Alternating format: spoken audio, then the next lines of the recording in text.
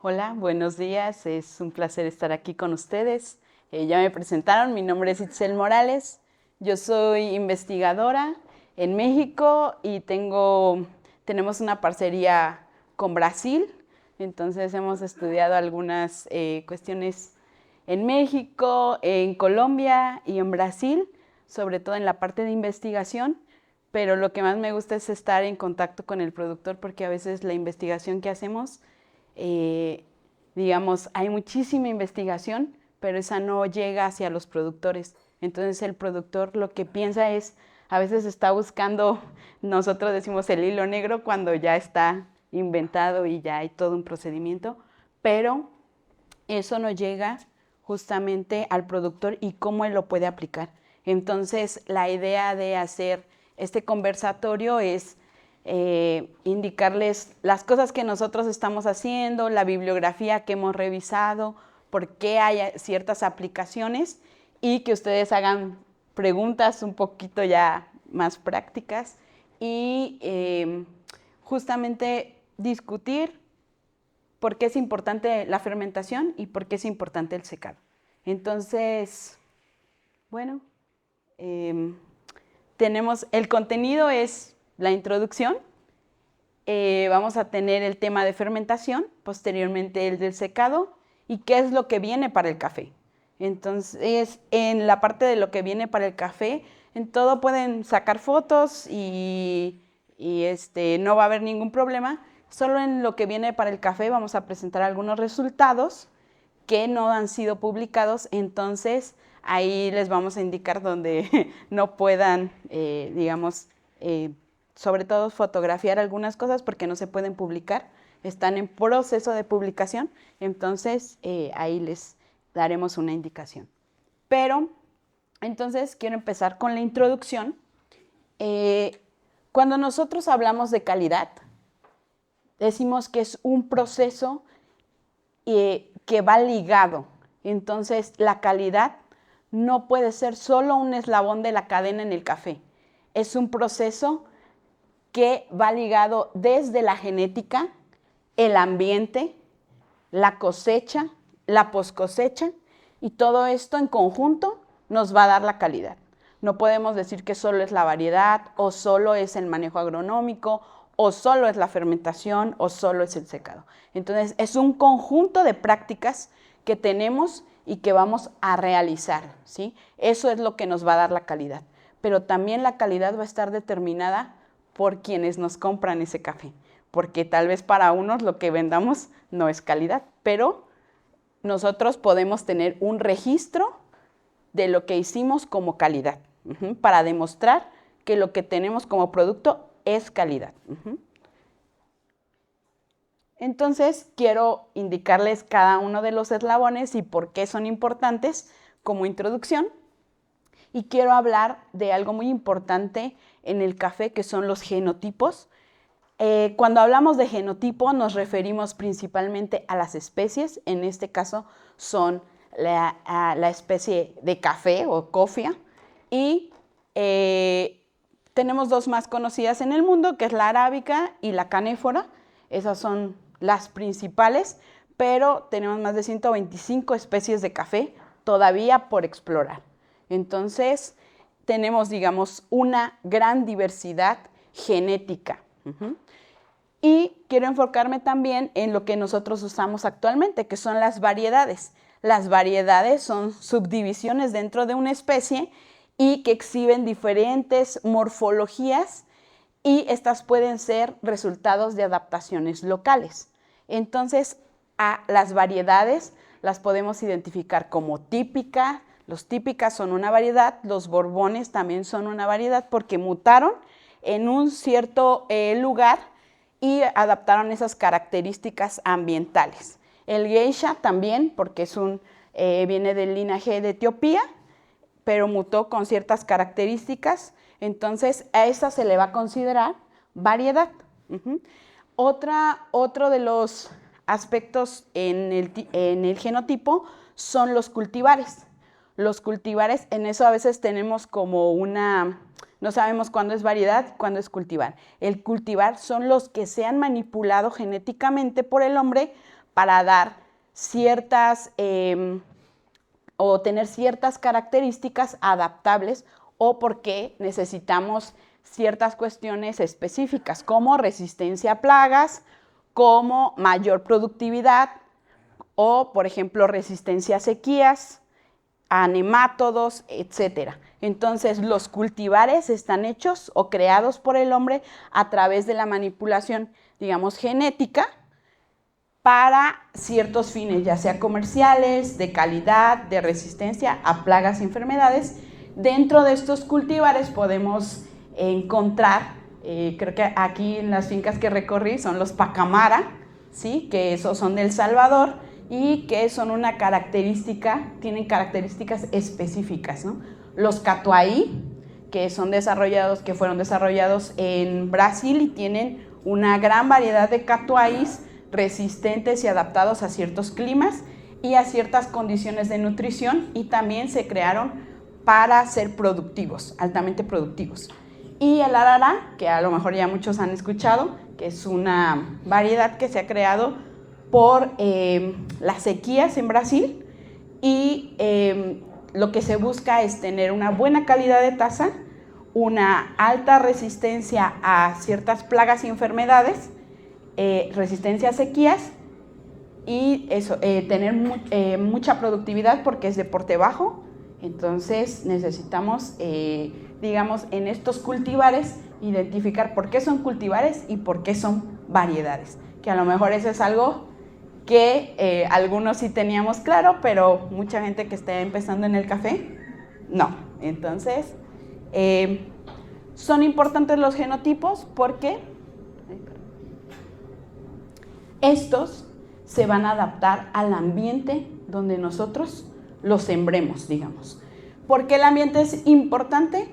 Pues el ambiente es considerado como el terruño o, digamos, todo lo que nosotros tenemos como ambiente, como la latitud, la altitud, el clima, las prácticas agronómicas que hacemos, el manejo ya sea con sombra, sin sombra, manejo agroecológico, convencional, orgánico, todo eso va a formar lo que nosotros llamamos terruño o terroir.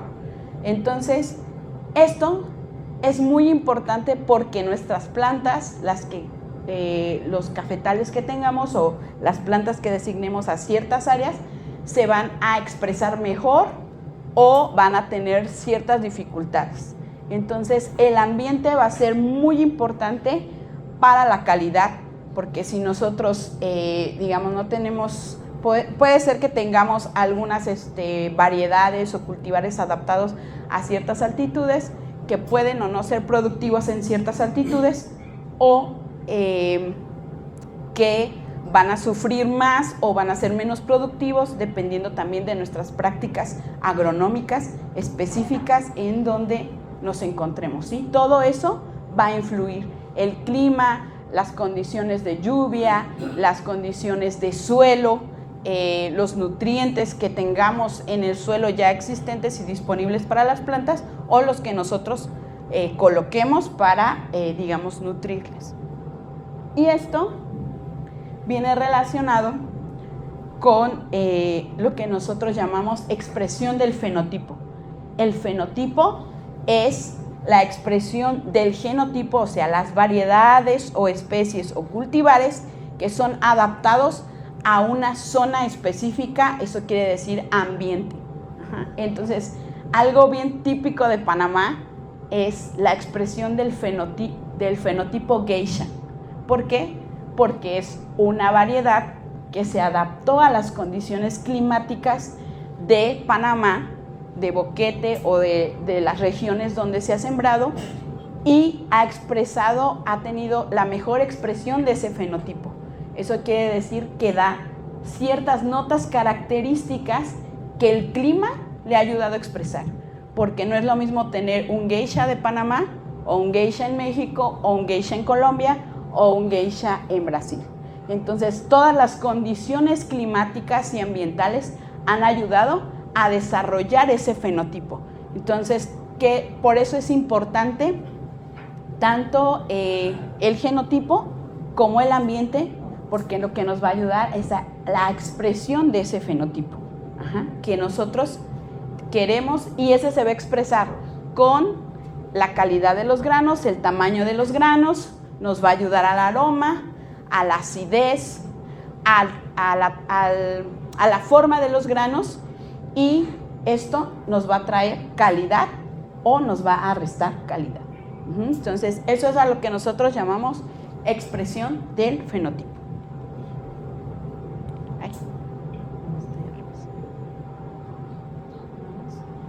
Y bueno, todo esto influye porque el genotipo y el ambiente nos van a ayudar en la parte post cosecha, en la parte cosecha y post cosecha. ¿Cómo? Nos van a ayudar a saber cómo se expresa ese genotipo más el ambiente en los estados de madurez. Por ejemplo, una característica que yo he visto del geisha en Panamá es cómo se puede cosechar ese geisha en colores uva, que en otras regiones tal vez no se puede cosechar así, porque dependemos del ambiente en el que se encuentra. Si hay lluvias, si no hay lluvias en tiempo de cosecha, eso nos va a ayudar o no a tener mayores o menores grados Brix. Entonces, toda esa expresión y el conocimiento que tenemos del genotipo y del ambiente nos va a ayudar a realizar ciertos índices de maduración. Y en el café, los índices de maduración, digamos, más comunes son los visuales y los físicos. Los visuales porque vemos los colores y nos guiamos por colorimetría, y los físicos es cuando tocamos el grano, a veces decimos, ya está para ser cosechado. Entonces, en realidad, en el café los únicos índices de madurez químicos que a veces utilizamos son los grados Brix, pero estos solamente nos sirven antes de la cosecha y relacionarlos con un color, porque cuando estamos procesando y hacemos grados Brix, si tenemos, digamos, 1000 kilos, ¿cuál sería la representatividad de esos grados Brix? Si yo mido 10 cerecitas, esas 10 cerecitas no son representativas de mi lote. Entonces, por lo menos el 10% tendría que medir para que sea representativo de mi lote y tener una selección, digamos, muy al azar. Entonces, por eso los grados Brix son buenos para saber antes de la cosecha, relacionarlos con algún color en los que yo voy a cosechar o indicar a los cosechadores, pero en realidad no son representativos de un lote. Entonces, son los que regularmente manejamos nosotros en café, son los más accesibles y los más baratos.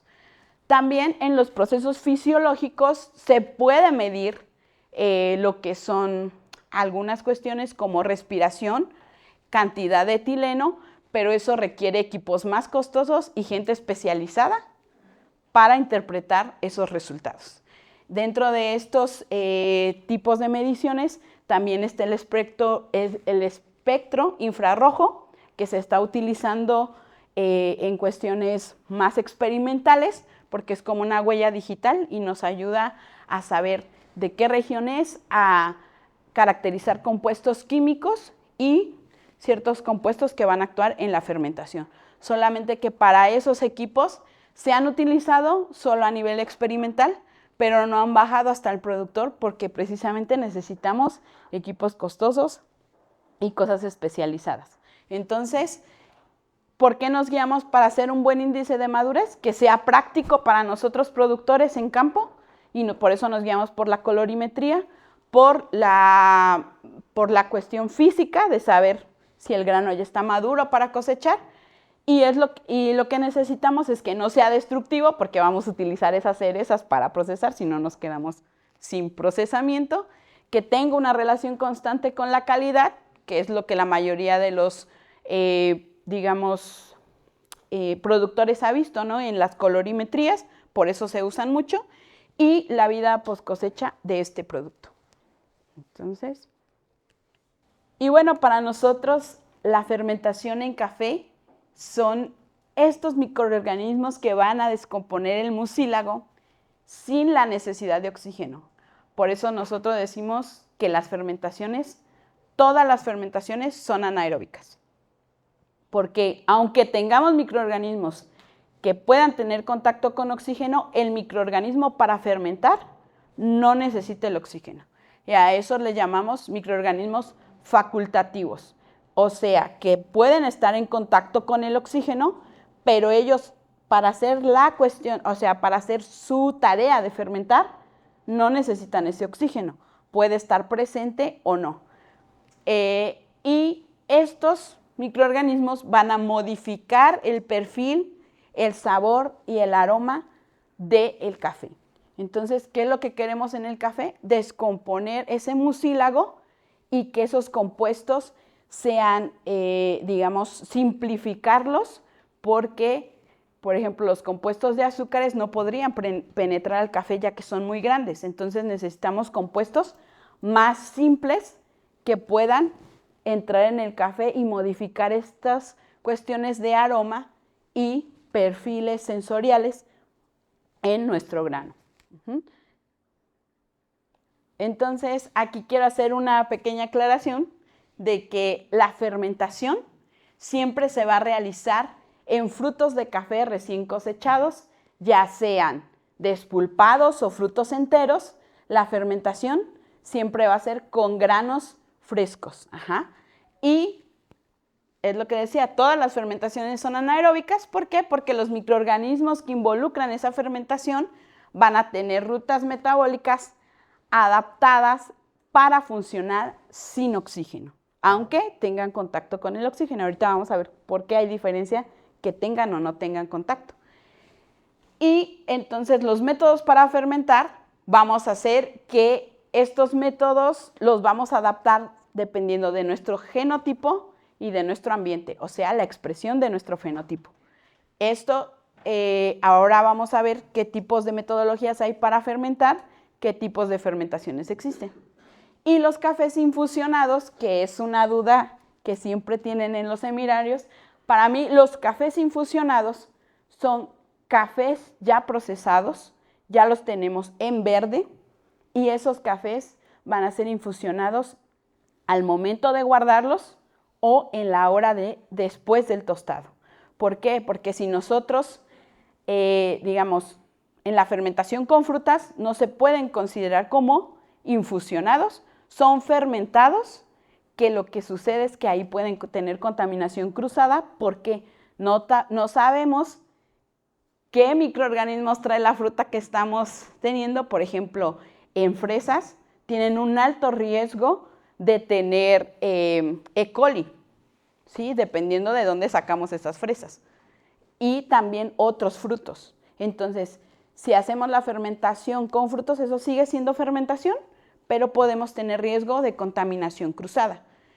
Y en los cafés infusionados queremos un perfil específico, entonces eso lo vamos a hacer o en el café en verde o después del tueste de café, cuando los poros de ese café están abiertos, inclusive en el almacén del tostado, se pueden hacer los infusionados. Pero eso es, ahí ya no vamos a tener notas, ahí vamos a tener sabores específicos. Entonces, ¿cómo distinguir un café infusionado? Porque tiene, o sea, eso no tiene una nota a fresa, eso sabe a fresa. Eso no tiene una nota a maracuyá, eso sabe a maracuyá. Entonces, los cafés infusionados son una moda, que quiere decir que se están utilizando para muchas cosas, inclusive, no sé si han escuchado los cafés con CBD, que esos son infusionados, pero después del tostado, porque si uno infusiona antes, el aceite del CBD se evapora. Entonces, tiene que ser después de tostado. Y esa es la diferencia entre un café infusionado y un café fermentado. Y bueno, aquí quise poner este mapa porque si es desde 2016 a 2024, tenemos más de 2,000 artículos científicos hablando solo de fermentación de café.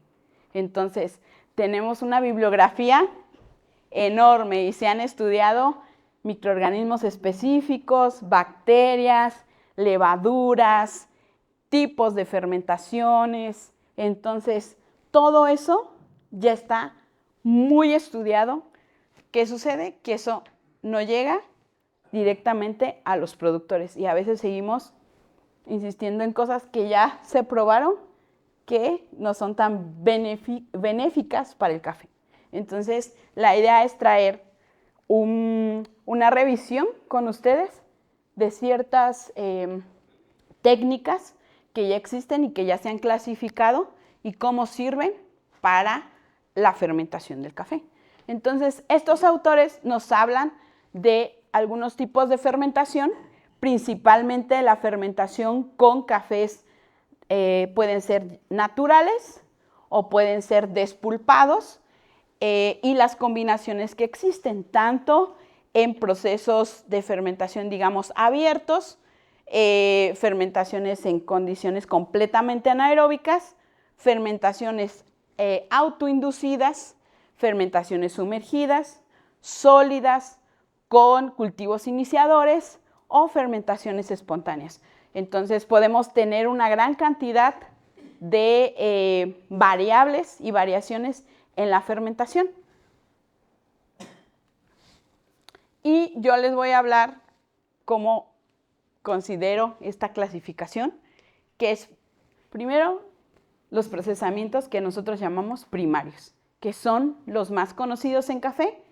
Uno de los principales son los naturales, que son fermentaciones, digamos, sólidas y abiertas. Ahorita vamos a ver qué es cada una de ellas. Dentro de los procesamientos primarios también tenemos los despulpados, los que llamamos enmielados o honey, y los procesos lavados. Son primarios porque son con los que el café a nivel mundial, digamos, empezaron esos procesamientos, principalmente los naturales, los lavados en Centroamérica, en México, en Colombia, y los enmielados que también fueron, una parte dicen que primero fue Brasil, luego que fue Costa Rica, pero son los principales procesamientos, y nosotros les llamamos procesamientos primarios. Y hay que conocer este tipo de procesamientos para poder avanzar hacia los procesamientos avanzados, porque los procesamientos avanzados hacemos una variación de estos, pero lo más importante en los procesamientos avanzados es conocer cultivos indicadores, cepas específicas. Se utilizan mucho contenedores con ciertas características y ciertos controles, pH, temperatura, CO2, etcétera, y dentro de ellos se utiliza mucho las fermentaciones sumergidas. Entonces, a continuación vamos a ver la descripción de cada uno de estos y vamos a empezar con los procesos en entorno abierto, que digamos, ellos tienen una gran disponibilidad de oxígeno, pero aún así son procesos que fermentan, porque tenemos mucílago y ese es el sustrato para los microorganismos poder fermentar. En estos procesos, el secado y la fermentación se da al mismo tiempo y lo que pasa, digamos, a nivel fisiológico de la semilla es que el proceso de germinación se inhibe, porque estamos dejando la semilla completamente con la cáscara. Entonces, este es un proceso, es de los más viejos, que es la fermentación, digamos, en proceso abierto, que son los cafés naturales, y una parte son los enmielados, ¿sí? Porque solamente lo que hacemos es descascarar y dejamos que ese café se vaya a secar, pero hace una fermentación con el mucílago que queda y a la vez se va secando. Entonces, esos son procesos de fermentación abiertos y tienen disposición de oxígeno, pero aún así están fermentando. Y, digamos, el opuesto o el contrario de este tipo de fermentaciones son las fermentaciones sumergidas y ellas van con adición de agua. Una de las más conocidas en las fermentaciones sumergidas son las fermentaciones o los cafés lavados, porque ellos los descascaramos, les quitamos la cáscara, llevamos el mucílago a fermentar y colocamos una cantidad de agua. La cantidad de agua no es precisa, es solo para cubrir los granos y para que ese mucílago se descomponga dentro de esa agua. Al final se da un lavado y por eso se llaman cafés lavados, pero están clasificados dentro de las fermentaciones sumergidas. En estos procesos ocurre el proceso de germinación. Entonces nosotros al quitarle su protección a la semilla, le estamos dando una indicación de que ella tiene que nacer, porque le estamos quitando esa protección. Entonces todos los ácidos y compuestos que se encuentran dentro de la semilla van a empezar a actuar. Y dentro de la semilla tenemos ciertos ácidos. Por eso, en los procesos de cafés lavados, los cafés característicamente son un poco más ácidos que en los procesos naturales. Y también el tiempo de fermentación en estos procesos va a variar dependiendo de las variedades que tengamos, porque la variedad, dependiendo de la variedad, vamos a tener el contenido de mucílago. Entonces, no todas las variedades tienen el mismo contenido de mucílago ni la misma microbiota.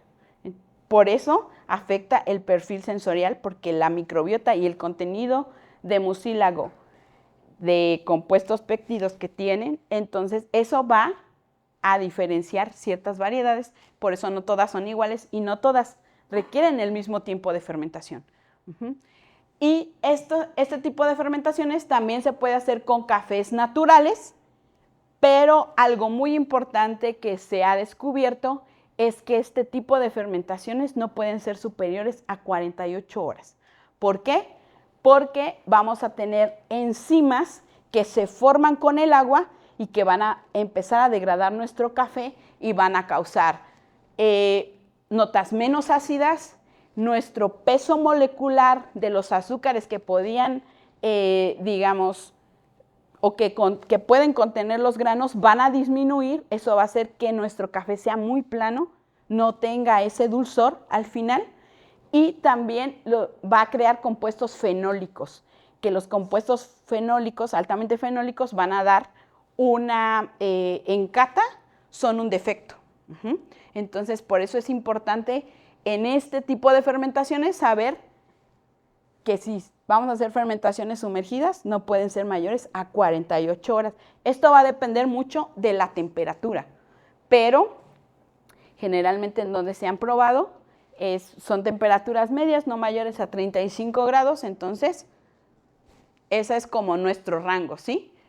Y son cuestiones que ya se han probado en café, sobre todo en cafés naturales que se empiezan a hacer con fermentaciones sumergidas. Y aquí tenemos dos tipos de fermentaciones que parecieran ser las mismas, pero hay una diferencia muy puntual, y es la fermentación en anaerobiosis total. En estos métodos requerimos bioreactores o contenedores en los que tengamos control, principalmente de presión, de temperatura y el CO2 que podemos o no incluir. Estos contenedores, lo más importante es el control de la temperatura, porque dentro de ellos sí podemos decir que hacemos maceración carbónica y maceraciones semicarbónicas. La característica de este tipo de contenedores es que podemos o no utilizar cepas o cultivos iniciadores, pero ellos nos van a ayudar a dar perfiles específicos. Y estos contenedores lo que tienen es que tienen tanta presión y tanto CO2 dentro, donde nosotros podemos también desplazar el oxígeno de esos contenedores, que las cerezas van a absorber ese CO2 y nos van a ayudar a descomponer ciertos azúcares, también nos van a ayudar a seleccionar ciertos microorganismos que no resisten las presiones, y lo que nos va a ayudar es a aumentar la acidez en los frutos y nos va a dar como resultado mayor acidez y cafés más dulces. Y digamos, algún proceso que es parecido es la fermentación anaeróbica autoinducida, que es la que la mayoría de los productores utilizamos, y en esta no necesitamos contenedores específicos, necesitamos solo, por ejemplo, bolsas Grain Pro, contenedores de polietileno, y dependemos, la temperatura de estos contenedores depende del ambiente en donde los tengamos.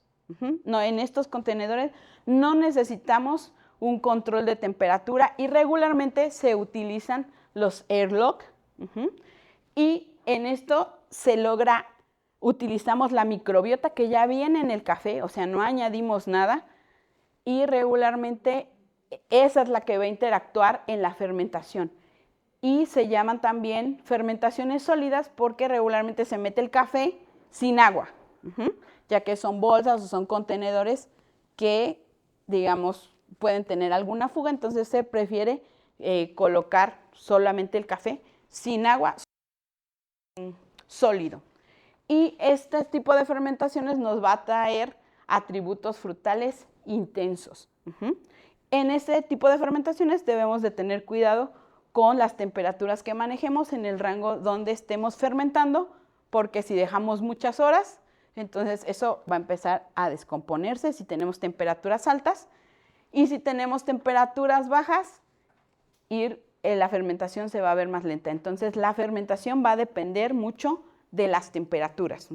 Entre mayor temperatura, menor tiempo de fermentación, y entre menor temperatura, mayor tiempo de fermentación.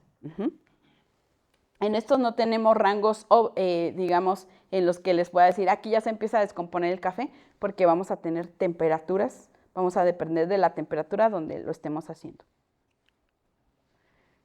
Y bueno, finalmente la fermentación espontánea y la utilización de cultivos indicadores. La fermentación espontánea es utilizar los microorganismos que ya vienen en nuestro fruto. Uno, que vienen por el tipo de variedad que estemos utilizando, van a ser diferentes porque las variedades van a tener diferentes contenidos de azúcares, entonces va a haber diferente microbiota dependiendo de la variedad, pero también del tipo de manejo que le demos a ese café.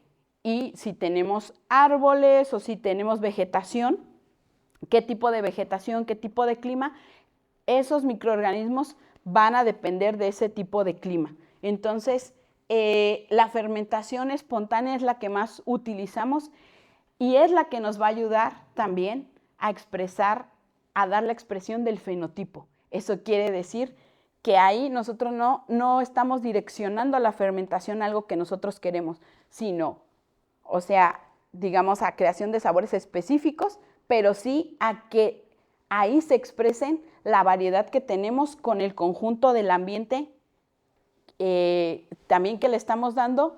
Se unen esos microorganismos y a través de la fermentación espontánea nos van a dar esa expresión del fenotipo, pero en la taza. Entonces, las fermentaciones espontáneas son las que se utilizan, pues, para hacer, digamos, para decir, no le pusimos nada, es solamente la expresión de lo que estamos realizando en campo, las prácticas en campo y de nuestras variedades. Damos tanto tiempo de fermentación, pero a lo mejor necesitamos cosas más afrutadas, etcétera. Pero la fermentación espontánea como tal, y sobre todo en los naturales, va a ser la expresión de ese fenotipo. Entonces, este tipo de fermentaciones, como ya les dije, van a ser sensibles también a los pHs, vamos a tener o no ciertos microorganismos, y al manejo, que es muy importante, el manejo en plagas y enfermedades. Porque si nosotros no tenemos control en plagas y enfermedades, la microbiota que pudimos tener en un año de cosecha que nos fue bien y en el siguiente tuvimos problemas con manejo, ahí podemos desaparecer parte de la microbiota benéfica de nuestro cultivo. Entonces, el manejo, la prevención de control y plagas y enfermedades para las fermentaciones espontáneas va a ser muy importante. Y bueno, tenemos la utilización finalmente de los cultivos indicadores, que estos son una selección de microorganismos, puede ser que sean del café o que se hayan utilizado en otros cultivos, sobre todo traemos muchas cepas del vino y de la cerveza que ya han sido identificadas, porque la identificación lleva un proceso muy largo de identificación molecular, saber a través del ADN qué cepa es. Nosotros a través del microscopio no vamos a saber qué cepas tenemos. A través del microscopio podemos decir, tiene una forma de un bacilo, tiene una forma de una, de una levadura, pero no vamos a saber específicamente qué levadura es a nivel especie. Podemos saber que es de una familia, pero no vamos a saber específicamente cuál es. Entonces, en la utilización de cultivos indicadores es un proceso larguísimo, porque primero lo que se tiene que hacer es la identificación de esas cepas, aislarlas y se hacen test precisamente para saber si la cepa fermenta o no fermenta y si es patogénica o no patogénica. Si es patogénica, no se puede usar para la fermentación. Entonces, si nosotros hacemos aislamientos de cultivo, tenemos que hacer todas esas pruebas, porque puede ser una bacteria, pero no sabemos si la bacteria fermenta o es patogénica. Imagínense si nosotros estamos inoculando patógenos en nuestro café. Entonces, eso es un riesgo muy alto. Por eso, cuando utilizamos cultivos indicadores, ya sea, es mejor que sean comerciales, que ya estén probados, a que nosotros estemos intentando aislar nuestros propios cultivos y colocarlos ahí, porque nosotros como productores y a nivel finca no tenemos esa capacidad, digamos, de identificación molecular. Es un proceso muy largo y son muchas pruebas que se tienen que hacer hasta liberar un cultivo indicador y que se sepa que fermenta y qué propiedades de fermentación da. Entonces, esto es súper importante. Nosotros hacemos varias pruebas, tenemos algunos cultivos que ya se han aislado y se han enviado a identificación molecular, pero antes de eso, lo que se hace es, la primera prueba es si es patogénica, y para eso se utilizan unas larvas a las que se les inyectan, por ejemplo, ya sean bacterias o algunos hongos. Si esa larva en menores concentraciones, o sea, en mayor concentración, puede que va a morir, pero si muere en las menores concentraciones, es claramente que es patogénica, entonces se descarta como un cultivo indicador o un cultivo fermentador. Entonces se descarta completamente porque no sabemos qué pueda provocar si nosotros la metemos en un sistema de fermentación. Entonces, esto es un proceso larguísimo que sí se está haciendo en café, pero implica muchos recursos, mucha investigación hasta ser aplicado. Y bueno, por último, en la parte de fermentaciones, la utilización de las enzimas en la fermentación. ¿Qué son enzimas? Son proteínas especiales que van a ayudar a acelerar y facilitar ciertas reacciones químicas. Las enzimas regulan ciertas vías metabólicas y la utilización de enzimas se está dando porque las enzimas son menos sensibles que los microorganismos a ser trasladadas. Entonces, las enzimas lo que hacen es, por ejemplo, tienen una función específica, a lo mejor de degradar glucosa y hacerla disponible para los microorganismos, entonces nos va a optimizar la fermentación. Pero aún así, la utilización de enzimas sigue siendo fermentación. Y las enzimas o el uso de enzimas es caro porque se hace una caracterización de esas enzimas. Entonces, lo que se hace primero para obtener una enzima es una fermentación, ya sea espontánea o con un cultivo indicador específico, y después, cuando está fermentando, se sacan esos compuestos y se caracterizan las enzimas. O sea, ¿qué tipo de enzimas están generando ciertos microorganismos? Después de hacer esa caracterización, esas enzimas dicen, bueno, esta enzima la genera, por ejemplo, piquia, ¿no? Y entonces veo que ella facilita la glucosa, ¿no? Entonces yo la voy a aislar y en mi siguiente fermentación, en lugar de usar el microorganismo, utilizo la enzima. Entonces, estas pruebas, ya hay gente que lo está haciendo, en Colombia hay gente que lo está haciendo, la fermentación con enzimas, pero sí necesitan gente especializada en el área y sobre todo bioquímicos, gente especializada en bioquímica y microbiología para hacer fermentaciones con estas enzimas. En la parte de secado es, ¿por qué el secado desempeña un papel fundamental en la calidad y la conservación del producto final? Porque ya hicimos muchas cosas en la fermentación. Entonces, ¿cómo garantizar que todo lo que hicimos en la fermentación se va a mantener en el secado? Entonces, el secado nos va a ayudar a la prevención y al deterioro del café que ya procesamos en la fermentación, ¿sí? Nos va a ayudar a mantener cierto contenido de humedad en el que ciertas bacterias y hongos no se desarrollan. ¿Por qué? Ya no tenemos sustrato para que ellas continúen actuando. Entonces, por eso es importante el secado, porque nosotros vamos a bajar esa humedad para tener el control de esos microorganismos después de la fermentación. Y otra de las cuestiones muy importantes en el secado es que justamente ya invertimos en microorganismos para ciertos perfiles. Ya invertimos en contenedores para tener ciertos perfiles. Entonces, ¿qué necesitamos? Preservar las cualidades organolépticas que creamos en la fermentación.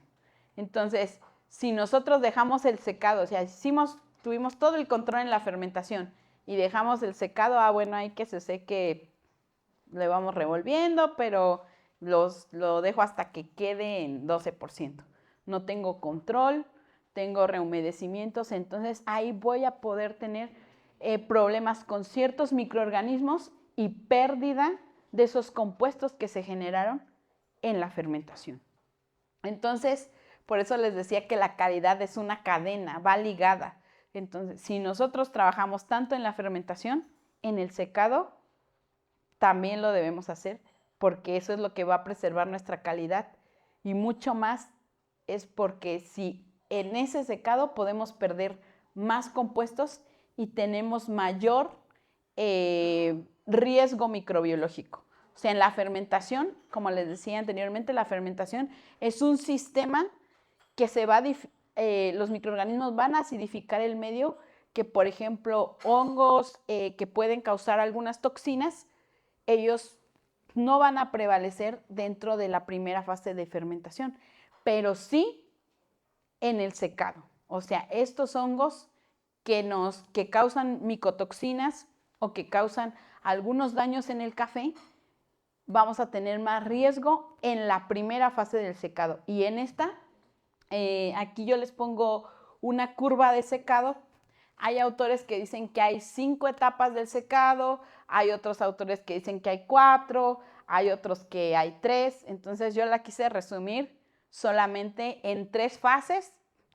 Cada productor puede hacer sus curvas de secado y decidir cuántas fases para él serían, digamos, las que él identifica en su secado, pero una de las más importantes es la fase inicial, porque en la fase inicial voy a tener una alta cantidad de agua. Y esa agua está, digamos, de forma libre y una actividad de agua muy alta, en donde puedo tener riesgo por daños de microorganismos, sobre todo que puede ser que aún sobrevivan a la fermentación, pueden ser bacterias, hongos, y también ahí puede ser un poco la formación de hongos filamentosos, pero principalmente estos hongos y bacterias que no, digamos que necesitamos bajar el contenido de humedad para que dejen de tener sustrato para continuar, digamos, no fermentando, sino teniendo actividad dentro del grano del café. Y para esto hay investigaciones en las que se ha determinado que la temperatura de transición que se le puede dar al grano en la primera fase es de 28 a 30 grados centígrados, que es donde no vamos a dañar la estructura, y el agua que está libre, que es en donde está, el agua libre se encuentra en el espacio poroso del grano, va a salir mucho más fácilmente. Y también ahí, después como de que sale esa primera agua libre, también vamos a tener dentro de esta primera fase el agua capilar, que esta también está en los poros del grano, pero va a estar como en equilibrio con el aire o con la humedad que tengamos. Dentro de esta fase inicial, digamos, lo que tenemos es, algunos le llaman presecado, o antes de secar escurren el agua, escurren lo que viene de la fermentación, le dan el lavado, porque tenemos un exceso grande de agua. Entonces, dentro de esta primera fase ocurren como todos esos procesos, ya sea de escurrir el agua antes de empezar un proceso de secado, sobre todo mecánico, porque si nosotros dejamos ese grano con tanta agua e inyectamos calor, según algunas investigaciones podemos dañar o cocer el grano. Es como si hiciéramos un caldo. Entonces, esta exposición no es es donde tenemos muchísimo riesgo. Por eso es tan importante después de la fermentación la parte de secado. Y esta es prácticamente la primera fase, es, digamos, donde también podemos secar más rápido, o sea, donde vamos a ver una pérdida de peso mucho más rápida en nuestros granos, porque esa agua está libre y va a ser más fácil secar. En la segunda fase del secado es donde tenemos el secado constante, tenemos una pérdida de humedad que se estabiliza y el café pierde humedad de manera un poco más uniforme. Aquí vamos a tener también agua capilar, pero también agua de equilibrio. Esta cantidad de agua es la que el grano retiene y tiene un equilibrio en su entorno. Entonces, para que nosotros podamos secar, necesitamos que haya un desequilibrio en la humedad relativa. ¿Por qué? La humedad es el diferenciador para secar. Nosotros podemos inyectar temperatura, aire, pero si tenemos aire húmedo, nuestro café no va a secar, porque el aire o la humedad relativa que hay en el ambiente contiene moléculas de agua.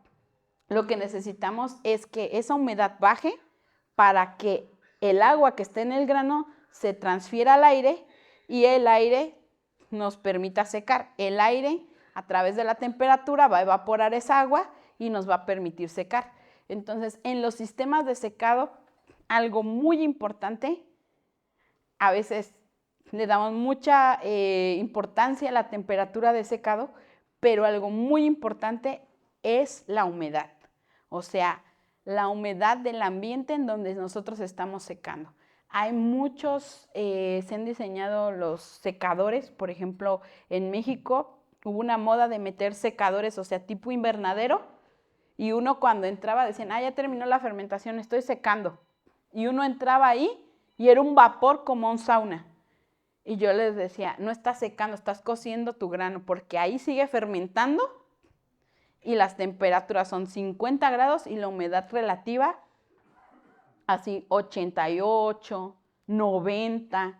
Entonces, cuando tenemos humedad relativa muy alta, no vamos a secar, porque el grano va a entrar en un equilibrio que el grano tiene agua, el aire tiene agua, entonces el agua no va a tener por dónde salir. Se necesita transferir esa agua. Y en esta parte del secado, lo que podemos tener riesgo ahora sí son los hongos filamentosos. Si inyectamos mucho calor, vamos a tener ruptura de membranas y ya empiezan a aparecer ahí los hongos de almacenamiento, que son los que no queremos, los penicillium, que nos van a causar estos sabores medicinales dentro del café, y también los aspergillium que provocan ocratoxinas. Entonces, todo ese riesgo de hongos se va a ver mucho más en el secado que en la fermentación. O sea, en la fermentación mucha gente empezó a decir, no, desinfecta tu café porque puedes tener riesgo de contaminación, no sé qué, y entonces muchos empezaron a implementar sistemas de desinfección y todo, pero el secado lo hacían en el patio o en las camas, que a veces las camas ni siquiera a veces se limpian, ¿no? O sea, ya pasa una fermentación, ya pasa un secado, medio le quito el café y pongo otro café. Y es donde más riesgo tenemos de contaminación por hongos. Entonces, es mucho más que en la fermentación que tenemos este riesgo de contaminación. En tanto que estamos haciendo, o sea, tanto que, por ejemplo, Brasil, que es el productor más grande a nivel mundial, están haciendo unos sensores para que del café que te llega, puedas saber qué cantidad de micotoxinas tiene tu café.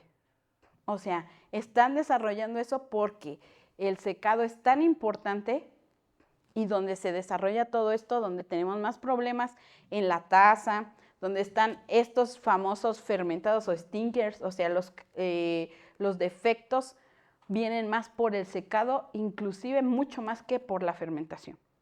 Entonces, se ha estado haciendo eso tanto con lo que les digo, se están desarrollando estos sensores para saber qué cantidad de micotoxinas tengo en el café en verde. Entonces, los estudios están avanzando tanto y a veces no teníamos idea de esto, a veces nos concentramos mucho en la parte de fermentación sin saber que nuestro mayor riesgo es justamente el secado. Y en estas primeras fases, o sea, todo el secado es delicado, pero en estas fases tenemos que tener bien claro por qué estamos secando y que algo muy importante es ese diferencial de humedad. Si tenemos un diferencial de humedad al revés, ya estamos secando nuestro café y tenemos más humedad relativa, entonces ese café en lugar de sacar el agua va a absorber. Entonces, y ahí lo que va a suceder es que todo lo que creamos en la fermentación de compuestos va a salir.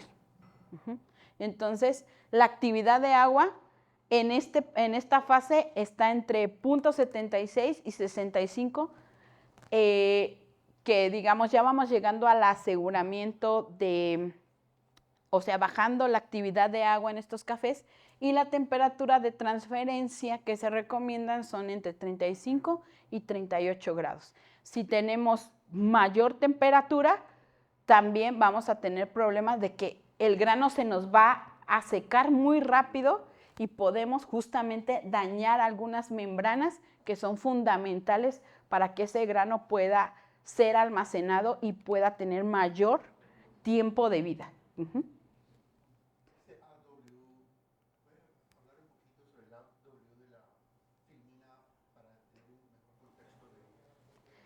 Es la actividad de agua está relacionada como con el agua contenida dentro del grano y es algo que digamos, que en estos últimos años se le ha dado mucho más importancia porque está relacionada con la cantidad de humedad del grano. La humedad del grano es, digamos, la cantidad es parte de esa agua que está ahí, pero la actividad de agua es el agua que tenemos disponible para que ese grano pueda, digamos, desarrollarse al final. ¿Cómo? ¿Es volumétrico en vez de porcentaje? Sí, es volumétrico, no es el porcentaje es porcentaje de humedad, pero ese es un parámetro, o sea, van relacionados, pero no son lo mismo. ¿Cómo se mide? La actividad de agua, hay técnicas, o sea, las mejores técnicas son las destructivas, pero ahorita hay muchos medidores de humedad que ya traen la actividad de agua y sobre todo se hace a nivel de laboratorio, se macera el grano y se hace con sales para medir la actividad de agua. Entonces, por ejemplo, nosotros en café, eso no nos serviría porque es un método destructivo. Entonces están intentando hacer o tener equipos, ahorita creo que el que salió, el nuevo es el D-Fluid, que es el que está midiendo la actividad de agua, que es uno de los más cercanos a la actividad real del agua. La actividad de agua se puede realizar, o sea, para que sepas bien las concentraciones, se puede mandar una muestra al laboratorio. El problema es que es muy sensible, o sea, si tú no la transportas correctamente, va a agarrar humedad. Entonces, por eso se están diseñando estos equipos que se puedan medir en campo la actividad de agua. Entonces, eso va a ser como... Hay muchos equipos que ya lo miden y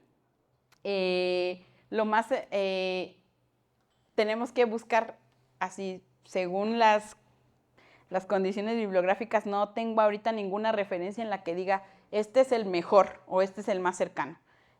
Yo creo que en poco tiempo vamos a tener como esas, digamos, informaciones, pero uno de los que me han dicho que es más cercano es el D-Fluid, se llama. Ujú. Que está midiendo actividad de agua y porcentaje de humedad en granos. Y también en cereza, o sea, incluso en naturales, porque los naturales tenemos mucha variación.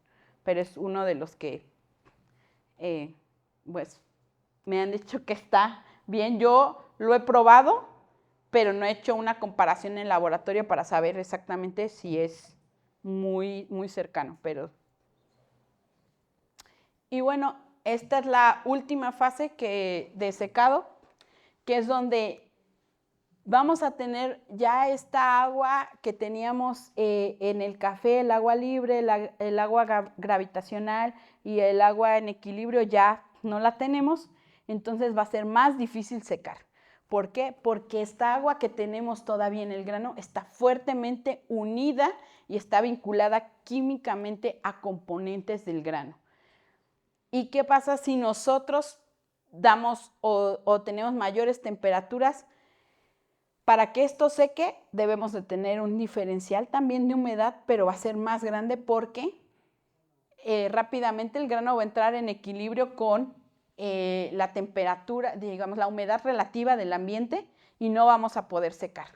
Entonces, en esta última fase del secado es donde vienen los secados intermitentes, porque lo que hacemos es guardar el café cuando ya está en 0.06 de actividad del agua, ya podemos guardar porque ya no tenemos riesgo de ciertas bacterias ni hongos, y es un aproximadamente entre el 18 y un 16% de humedad, es cuando ya se puede empezar a guardar el café, pero no guardar como almacenamiento para enviarlo, sino como darle un reposo al café para que el agua que está dentro de él se homogenice en el café, y cuando nosotros lo llevemos al secador, esta agua pueda salir más fácilmente por el diferencial de humedad.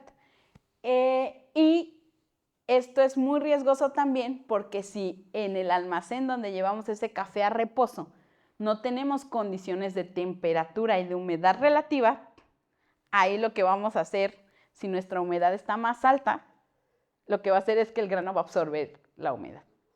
Entonces ahí debemos de tener mucho control en la humedad relativa de donde almacenamos o donde guardamos nuestro café para secado intermitente, porque si no lo que vamos a hacer es absorber humedad y eso es lo que no queremos.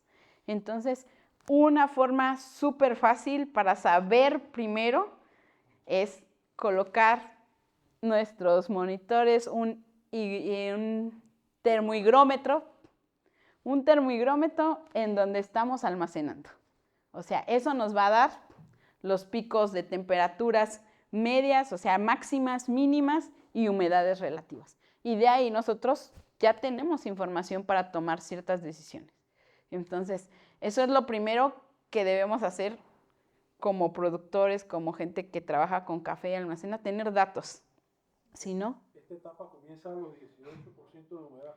Esta etapa puede comenzar antes, o sea, entre el veintitantos, pero para guardar nosotros, para que sea seguro, a partir de los 18. ¿Y qué pasa si yo llevo el grano secándolo hasta el final, hasta los 12 grados? Sí lo podemos secar, sí se puede secar, porque hay mucha gente que no hace secado intermitente. De hecho, un mito del secado intermitente ha sido que decían, es que yo hago secado intermitente porque ahí fermenta otra vez y crea otros sabores. No, porque ella no fermenta porque no tienes suficiente agua. No tienes ni agua ni los azúcares en los que necesitas descomponer. Estas etapas están marcadas por el porcentaje de humedad que tiene el grano en cada una de esas etapas finales. Ahora sí. Principio y final. Sí, estas etapas, más que de la actividad de agua, la actividad de agua es algo más reciente, pero los artículos que ya hablan de secado lo marcan por porcentaje de humedad. Ajá. ¿Y a qué temperatura termina la primera etapa, la inicial? ¿A qué humedad? La primera, estas etapas van a terminar, por ejemplo, la primera, si llegamos más o menos entre el 35 y 40, no hay como ciertas divisiones así tan marcadas, por eso les decía que muchos dicen que son 5 etapas, otros dicen que son 4. Entonces, no hay una división como tan marcada, solamente, es decir, el agua disponible es que se evapora más rápido, por eso sabemos que es la etapa inicial y que es más fácil de secar, donde va a perder más peso rápidamente. Y en la siguiente es como donde se estabiliza ese secado. Entonces, por eso yo solo la dividí como en esas 3 etapas. La otra etapa, esta segunda etapa termina más o menos entre el 20 y el 18, donde ya es seguro empezar a hacer secado intermitente. Ajá. ¿Cuánto tiempo puedo guardarlo a 18 grados para volver a retomar secado? Puede ser, o sea, hay gente que lo hace en 20 días, un mes. En Brasil lo hacen porque llega la temporada de cosecha y todo lo dicen, ok, tengo que bajar mi humedad lo más pronto posible y están ocupadas mis secadores y todo. Entonces guardo, cuando no tengo cosecha tengo más mano de obra, o sea, que tengo más espacio en camas, entonces yo termino de secar. ¿Hay un límite de tiempo para tener el café ahí? No, o sea, ahí sí, no hay un límite, pero sí hay que darle, terminar de secarlo. ¿Por qué? Porque necesito después del secado otro reposo. Entonces, si yo guardo mucho tiempo, mi último secado tiene que tener un reposo antes de yo enviarlo y empezar el beneficio seco. Entonces, se va a alargar muchísimo y mis clientes ya van a querer el café. Entonces, en estos tiempos, secado intermitente va a ser seguro, dijimos, entre el 18 y el 16%. Ya puede empezar a hacer secados intermitentes. Ajá. Sí, sí, ajá. Una pregunta, en Brasil, cuando almacenan el café a 18, le meten aire frío al silo para que como el aire frío tiene menos humedad, Ajá. vaya perdiendo humedad y el grano no se deteriore. Sí, ahorita, sí, tienen controles, sobre todo, ahorita los que yo he visto son más en bags, o sea, en bolsas enormes, gigantes, así que tienen como plásticos para que justamente no absorba la humedad, pero tienen cuidado en el almacén, o sea, que el almacén sea más fresco, que no tenga humedad muy alta, las temperaturas 18 grados más o menos. Entonces, va a ser muy... En un almacén puede ser 60 y 70, pero no puede rebasar ya después de eso, porque si no, ahí vamos a absorber. Entonces, por eso se utilizan mucho los deshumidificadores, una parte ahora son las zeolitas, cosas que absorban la humedad. Entonces, estos secados intermitentes, justo lo que les decía es, no es para fermentación y creación de nuevos sabores, es para que el grano repose esa agua y después pueda salir y secarse mejor sin dañar la estructura del grano. Y eso lo que nos va a garantizar es un mejor almacén y una mayor vida en anaquel, porque va a preservar esos sabores que hicimos en la fermentación, los va a llevar hasta lo último. Entonces, cuando son secados muy arrebatados donde sabemos que se daña la estructura, principalmente se da la oxidación de lípidos, porque los granos de café tienen lípidos y carbohidratos, que estos nos van a garantizar el sabor y los aromas y sabores al final, cuando es el tostado. Ahí se desarrollan esos lípidos y es cuando garantizamos que todo lo que creamos en la fermentación está ahí. Pero si eso lo perdemos en el secado por oxidación, vamos a tener cafés muy planos, acartonados, que saben a celulosa. O sea, que saben a celulosa es una característica ya de que está mal secado. Acartonados, el secado fue malo.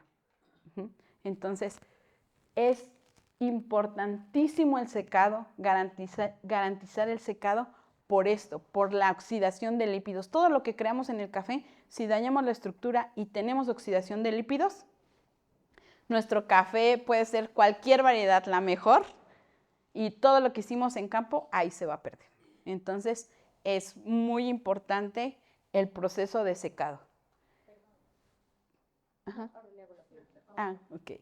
Bueno, aquí decimos que el efecto del tiempo de secado va a ser importante justamente porque en la primera fase tenemos muchas creencias de que el secado tiene que ser lento, muy lento para crear esos aromas, tal vez porque lo estamos relacionando con las fermentaciones abiertas, pero también es importante decir que en estos secados, en la primera fase es donde tenemos que quitar la mayor cantidad de agua posible del grano. Después, en las segundas fases, podemos tratar de tener un diferencial de humedad para que el grano vaya secando. Eso va a depender mucho de dónde sequemos, las condiciones ambientales o si tenemos secadores, qué temperaturas vamos a dar para que se transfieran al grano o la ventilación. Entonces, la segunda y tercera fase pueden ser lentas, pero la primera fase no puede ser un secado lento porque vamos a tener mucho riesgo microbiológico, es donde más tenemos riesgo.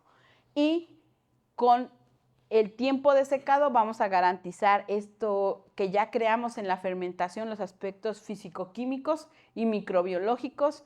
Al final del secado, si damos un secado un poco más lento, puede ser intermitente o no intermitente, pero teniendo en cuenta la humedad, el diferencial de humedad relativa para que nuestro grano vaya secando, entonces ahí no nos vamos a preocupar por procesos enzimáticos o de hidrólisis y es donde vamos a garantizar la calidad hasta el final, hasta el tostado y el almacenamiento, que es lo que la mayoría queremos porque tenemos clientes en otros lados, hay que enviar café y nosotros lo probamos lo primero, o sea, terminando de secar, ya le dimos el reposo y el café está excelente. Y pasan meses y lo que queremos es que ese café permanezcan todos los compuestos que creamos, porque si no, es como, es que ya tengo cafés, pero ya está viejo, o sea, ya no sabe a lo mismo. Entonces, por eso el secado es, creo yo, una de las partes fundamentales en el procesamiento del café.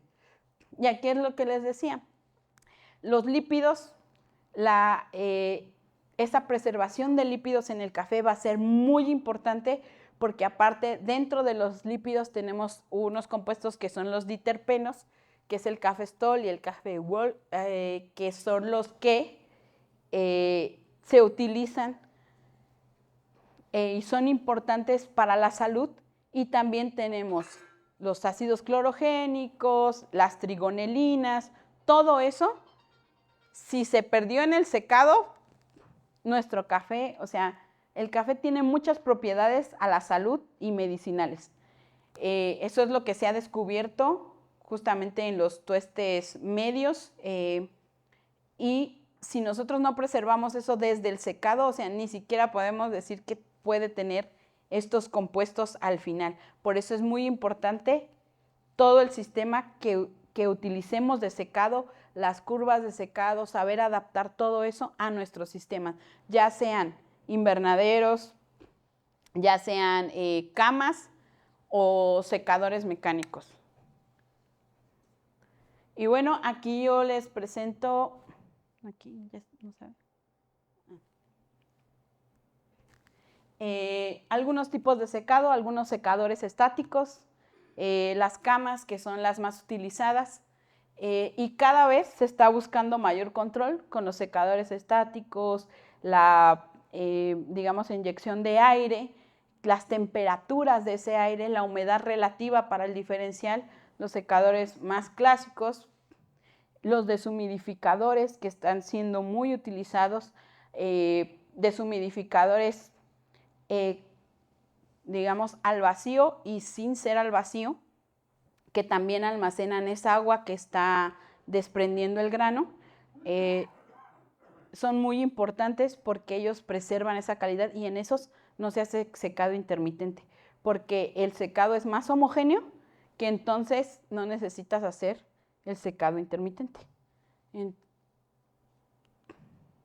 Y estas nuevas técnicas de secado a través de liofilización que estamos utilizando, que la liofilización es un sistema de secado que se utiliza en frutas para preservar todos sus nutrientes y es un secado rápido, obviamente es costoso, pero lo que estamos viendo es si podemos secar con liofilizador, ¿cómo afecta eso en la calidad? Obviamente tiene un costo mucho más alto, pero aún así ya estamos haciendo algunas pruebas de este tipo de secado. Si ven el grano, se ve completamente diferente en un tipo de liofilizador, o sea, secado liofilizado, a los secados tradicionales.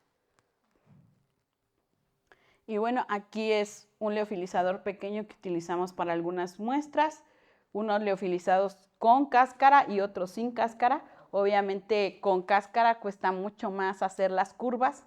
Lo más importante es hacer las curvas de secado, o sea, tener control de la temperatura, o más bien, si no tenemos control, registrar la temperatura y la humedad relativa, y eso nos va a ayudar a hacer las curvas de secado por pérdida de peso en los cafés, ¿no? Y bueno, al final de esto es que la fermentación es muy importante para el café, se le ha dado su importancia, pero esta va a ser en el primer proceso donde tenemos los frutos recién cosechados, es como nuestra prioridad procesarlos, hacer la fermentación y así vamos a tener ya sea la modificación o la preservación de esos sabores que queremos, pero en la fermentación hemos buscado tanto el control, saber qué microorganismos actúan, saber contenedores específicos con control de pH, etcétera, y cepas también específicas para crear ciertos sabores, pero en el secado lo que no estamos haciendo, o la mayoría de los productores no ha tenido en cuenta, es saber eso. O sea, en el secado no me interesa tener control, pero en la fermentación sí. Cuando parte más grave, o sea, más riesgo de microorganismos hay, es en el secado. Y en el secado, si yo puedo tener control de temperaturas, de humedad relativa, saber cuál es mi actividad de agua, mi porcentaje de humedad que tiene el grano, voy a empezar a poder hacer las curvas y tener cierto control. También ya hay muchos secadores, ya hay muchas opciones para el secado, pero ¿cómo estamos utilizando eso para preservar nuestro grano al final y mantener esa calidad? La mayoría se está enfocando mucho más en fermentación que en la parte de secado. Pero si nosotros optimizamos primero la parte de secado, después vamos hacia atrás, optimizando la fermentación, sabiendo qué tipo, o sea, tengo esta estructura para secar este tipo de procesamiento y voy a garantizar completamente mi calidad. Entonces es algo en lo que la industria, cierta parte de la industria lo está haciendo, probando liofilizados, ahora viene mucho el secado con microondas, pero la mayor, o sea, los que están haciendo investigación, eso es a lo que están, digamos, apostando, pero la mayor parte de la industria no. Entonces, todavía seguimos con muchas dudas acerca del secado, muchas cuestiones que no se han resuelto. Hay cosas que podemos retomar de por qué se hacía así los secados, por qué se hacía la intermitencia, pero son cosas que a veces dañan mucho más nuestros cafés, mucho más que la fermentación. Entonces es algo al que hay que poner como el foco y creo que falta muchísimo por hacer, por estudiar, sobre todo por implementar, porque estudios ya existen. O sea, creo que aquí quité el mapa donde vienen los estudios de secado. O sea, de fermentación hay como 2000 artículos, de secado hay como 500, o sea, porque no se le ha dado tanta importancia, pero es una cuestión sumamente importante para garantizar la calidad. ¿Ya? Si no hay ninguna otra pregunta, pues voy a colocar algunas cuestiones que estamos realizando en café. Por eso le pusimos ¿qué sigue en el café? Porque ya hay muchas cosas que se han estudiado, las cosas que se están haciendo, pero realmente ¿qué podemos aplicar de todo lo que se está estudiando y de todo lo que se está haciendo en café? ¿Cómo aterrizarlo con productores? Entonces, como Valentina les dijo al principio, yo estoy haciendo una parte de caracterización en granos de café, solamente en el fruto del café y en suelos del café, también en las fases de fermentación, estamos caracterizando qué microorganismos tenemos en café a través de técnicas de biología molecular, sobre todo de metagenómica. Eso quiere decir que nosotros extraemos el ADN de los microorganismos que hay en el café y ese ADN lo mandamos a secuenciar, nos da varias secuencias que nos dicen exactamente qué microorganismos son los que teníamos o los que tenemos en el fruto. Si tomamos muestras en la fermentación, qué microorganismos son los que hay en la fermentación a las, por ejemplo, 24, 48, 72 horas y nos arroja como análisis de datos que son puros AGG, son códigos y estos los llevamos a interpretación para que nos digan precisamente, aquí son los análisis que hacemos en laboratorio, extraemos el ADN en los frutos, hacemos la verificación en los geles para saber si extrajimos ADN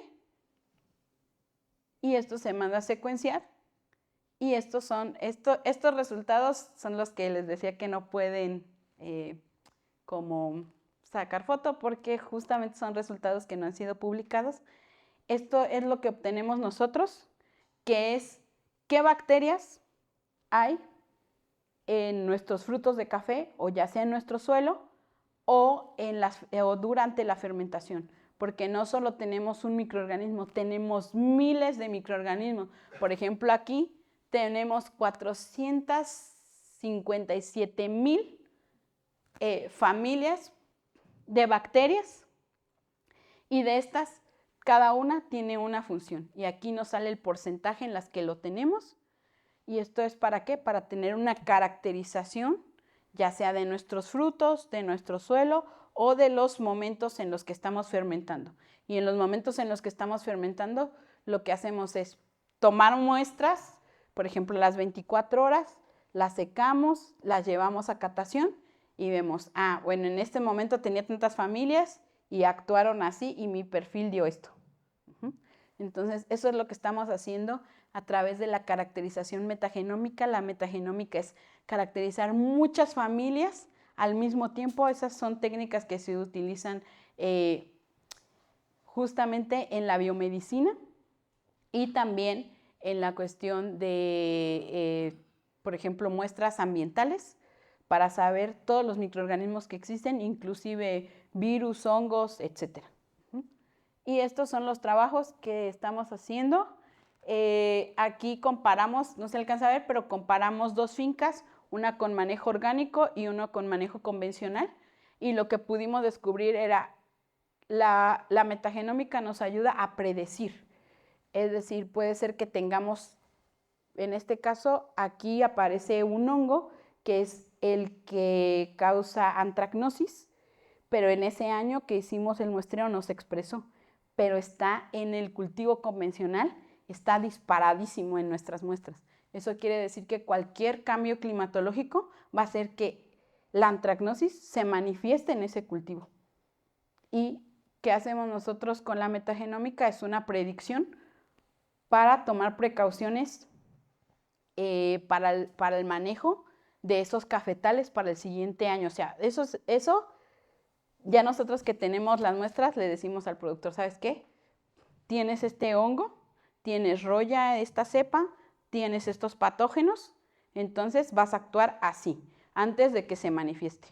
Entonces son predicciones para el manejo del cultivo del café, pero también estamos descubriendo algunas, por ejemplo, en suelos, bacterias fijadoras de nitrógeno y aquellas que hacen disponibles ciertos micronutrientes que necesitamos para que estén disponibles, porque a veces están en nuestro suelo, pero necesitamos esas bacterias que los descompongan para que sean disponibles para la planta. Entonces, la metagenómica es como la biomedicina.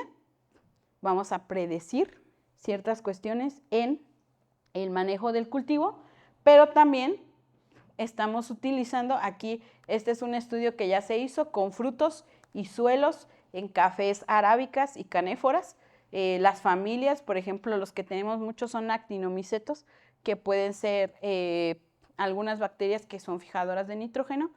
Ya que sabemos que existen, las aislamos, son propias de nuestro cultivo y se hacen pruebas para ver qué tan viables son para cultivarse y para poder probar nuevos biofertilizantes, nuevas cosas que nos van a ayudar en el cultivo del café.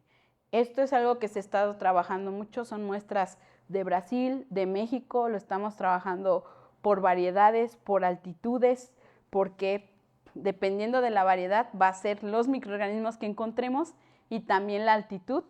Cambian los microorganismos, aunque sea la misma variedad, las condiciones de suelo, cambian los microorganismos y de nutrientes los microorganismos que podemos tener. Entonces, una de las teorías en café siempre ha sido los cafés a mayores altitudes son mejores. ¿Pero por qué? Puede ser por la microbiota que es diferente, que en mayores altitudes va a haber diferentes microorganismos a los que hay en menores altitudes. ¿Pero qué microorganismos son? Entonces se pueden hacer inoculantes para el manejo en café. Es lo que les decía, los resultados que nosotros ya estamos teniendo y que esperamos son saber la influencia del medio ambiente, o sea, de esos microorganismos que están ambientalmente, cómo influencian a nuestro café, cómo nos llevan a esa calidad. En el caso de Panamá, los geishas. ¿Qué tienen los geishas?